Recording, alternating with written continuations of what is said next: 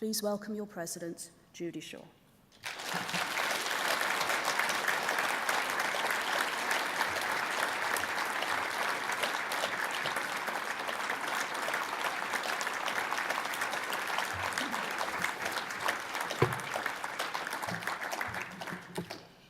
Just sort myself out.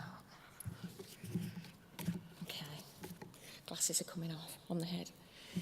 Conference. It's a huge, huge honour to be standing here today. I'm so proud. Can you hear me? I'm so proud to be a head teacher, a school leader. As you've heard, my school is a small infant and nursery school, a towering Victorian building, 140 years old this year, high on a hill above a former mill town in West Yorkshire.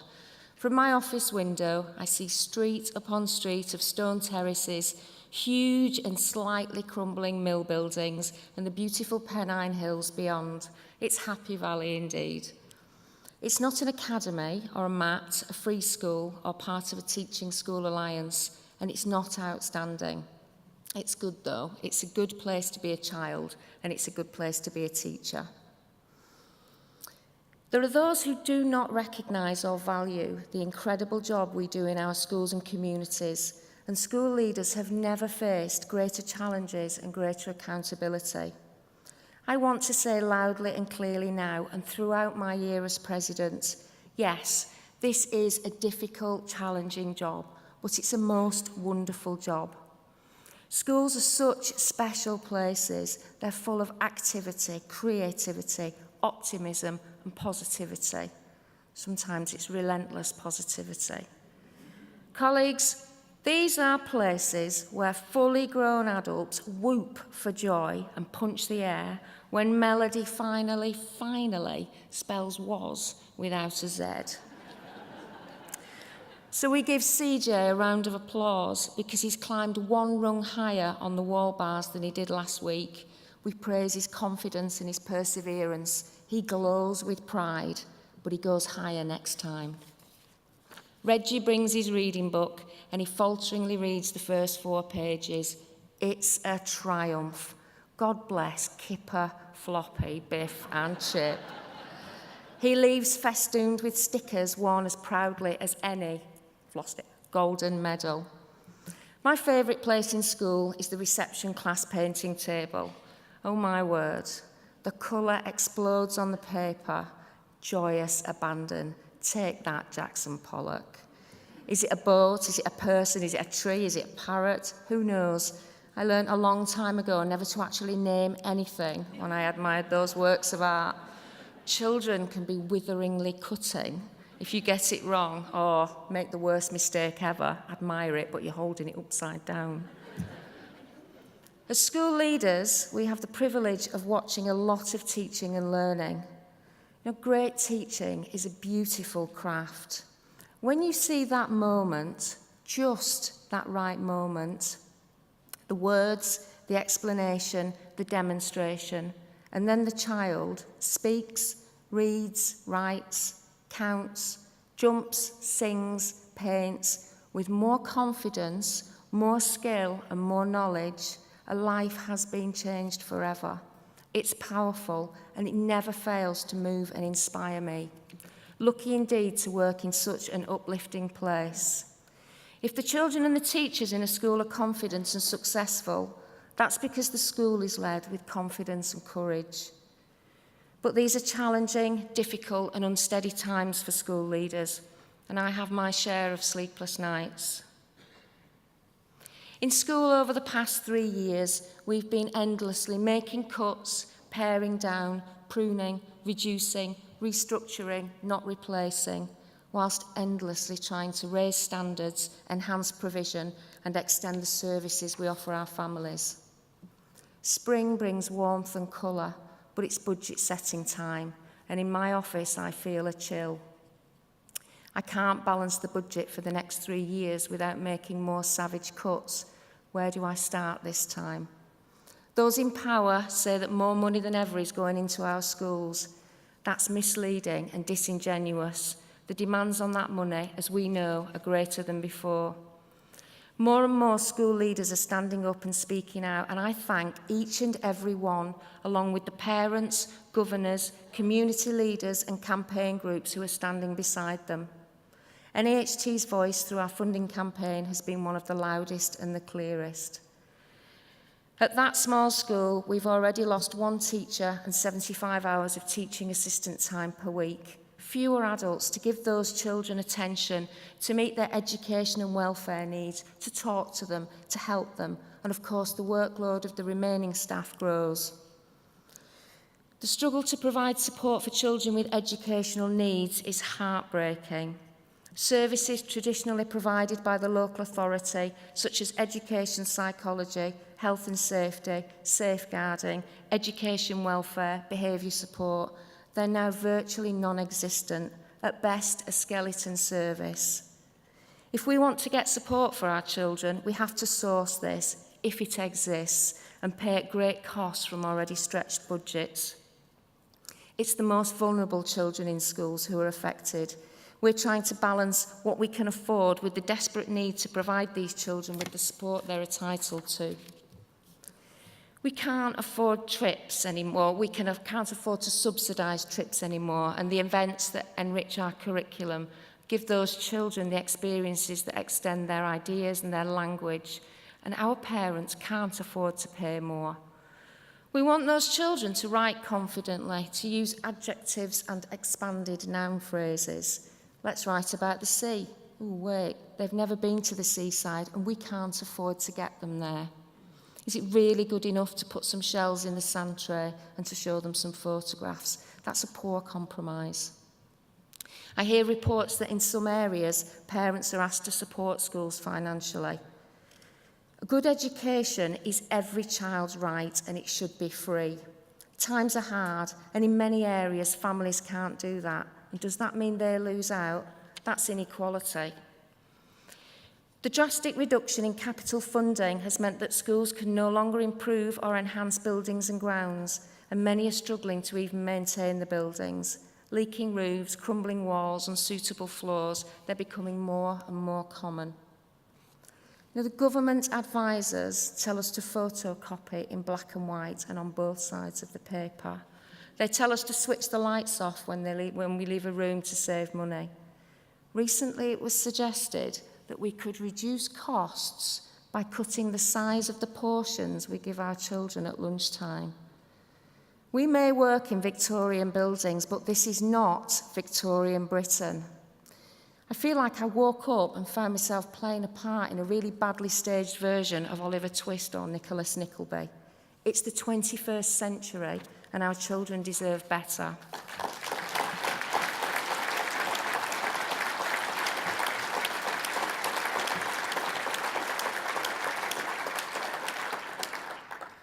In the wee small hours, I worry about our families and the difficult circumstances they face every day. I worry about our communities, boarded up shops and businesses, poor housing, growing incidents of domestic violence, and the visible presence of drug dealers. Today, NAHT will report the findings of a survey of our members into the impact of austerity on our school children.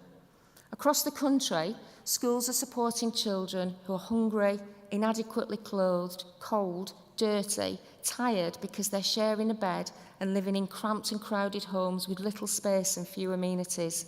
And many of these children are only too aware of their family's insecurities and finances.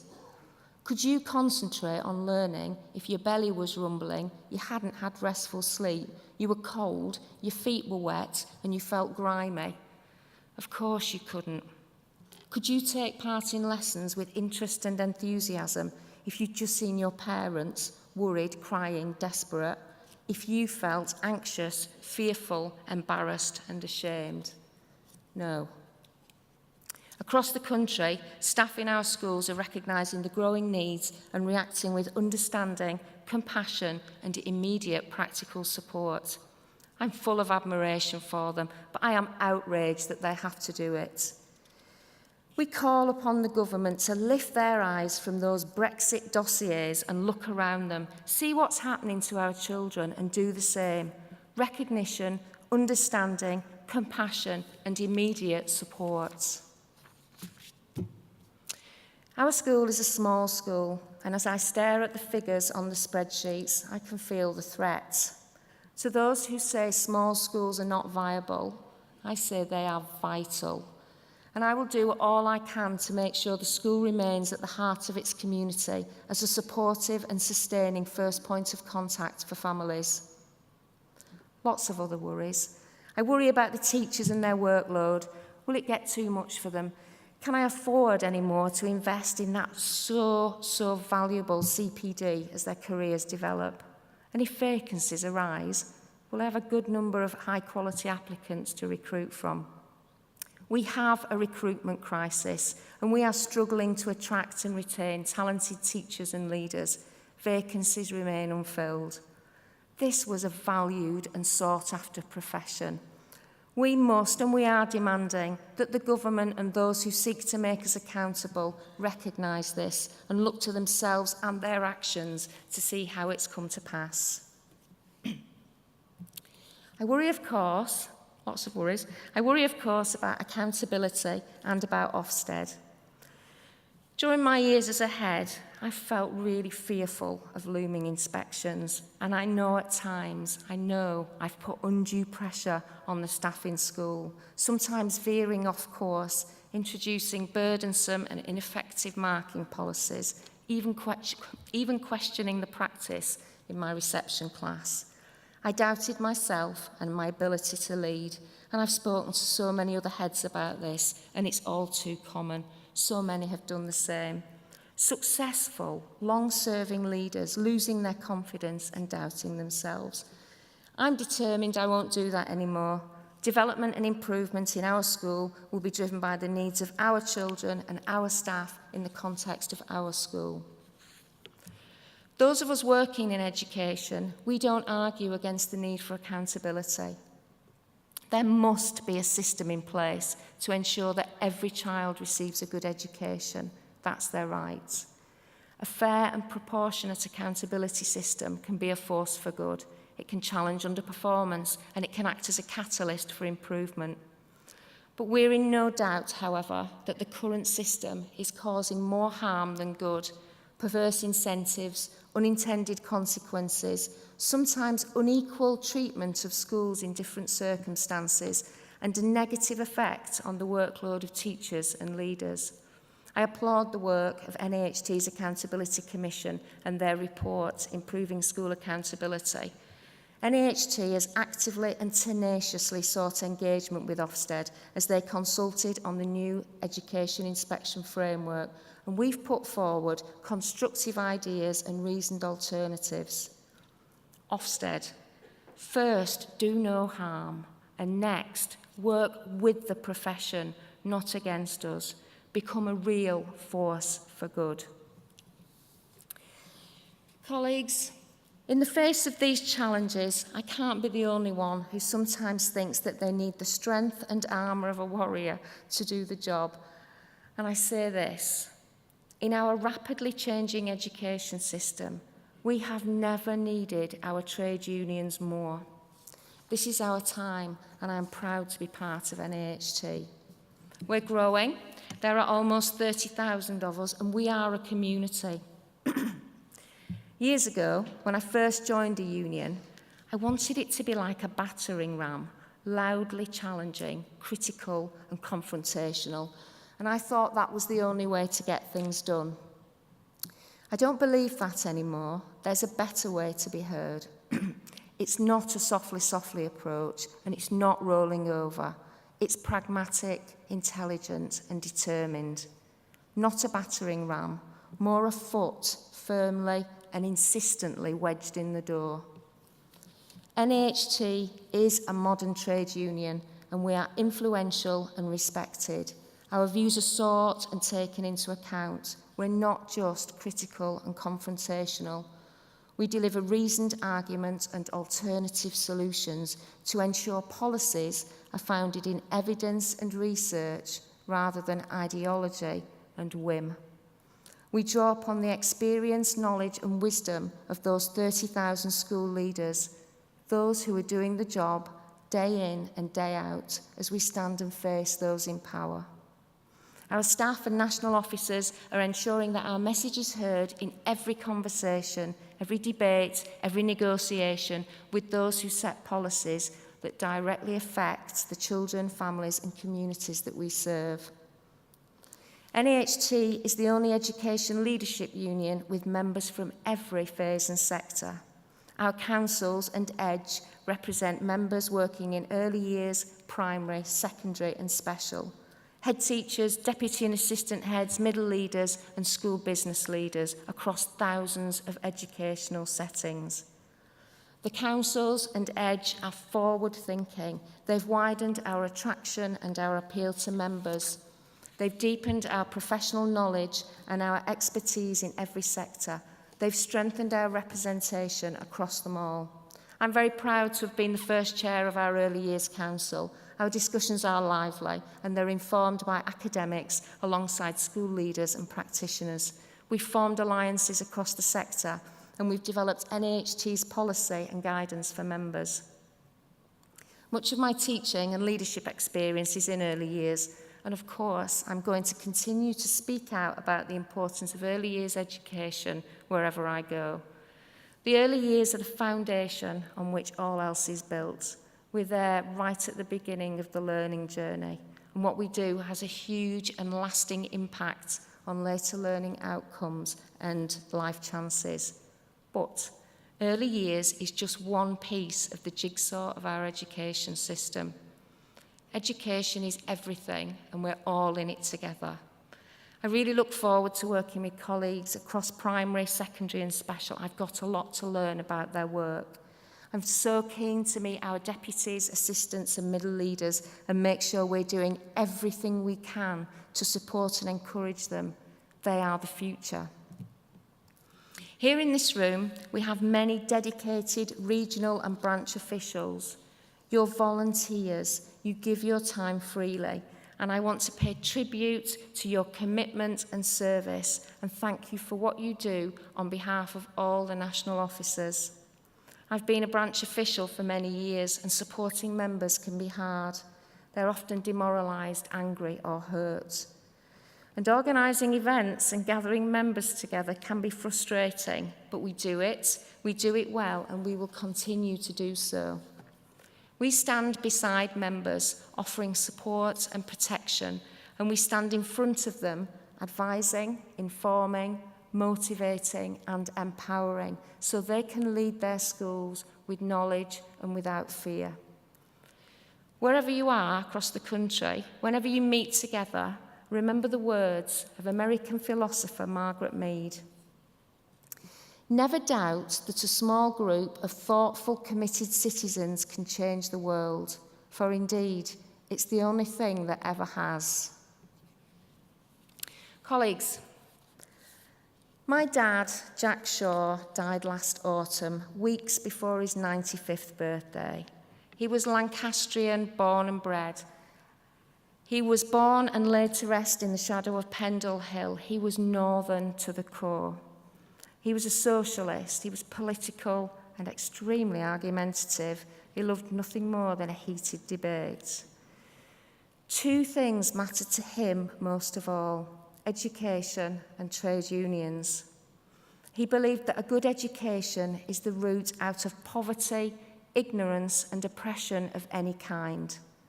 My parents were proud when they told people that all three of their children became teachers.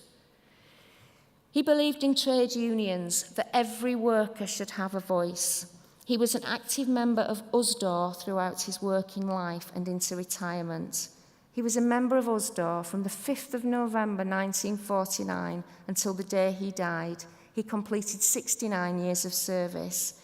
His union card was on his bedside table, and I have it here with me today. I'm here because of him, and I hope I can do his memory justice over the coming year. Colleagues, I'm strong and I'm independent, but I wouldn't make it through without the love and support of my family and friends. My mum can't be here today. She's in her new home. It's a care home in Cornwall. She's waiting to hear how it all went. I send her my love and my thanks. My two big brothers are here today. all the way from Cornwall and all the way from New Zealand. You've inspired me since I was a young child, and I love you both dearly. To my friends, you've picked me up, dusted me down, and set me on the right path so many times. You've shown me that any problem seems far less grim after a gin and tonic and a roast chicken dinner. Thank you. Conference, this is my commitment to you as your president over the next year. It's to speak with pride and optimism about the work we do, to meet as many members as I can in their schools and regions, and to learn more about the different leadership roles and phases that make up our wonderful education system, an education system that rivals the best in the world. I want to take every opportunity to promote the growth of our union and to strengthen our community. I want to use our voice and our influence to challenge those who do not value our profession and our professionalism, and to make those who hold power listen to our collective experience and wisdom as they shape those policies that affect us all. I want to make a difference, as we all do, each and every day. Now, conference, we have work to do, so let's make a start. Thank you.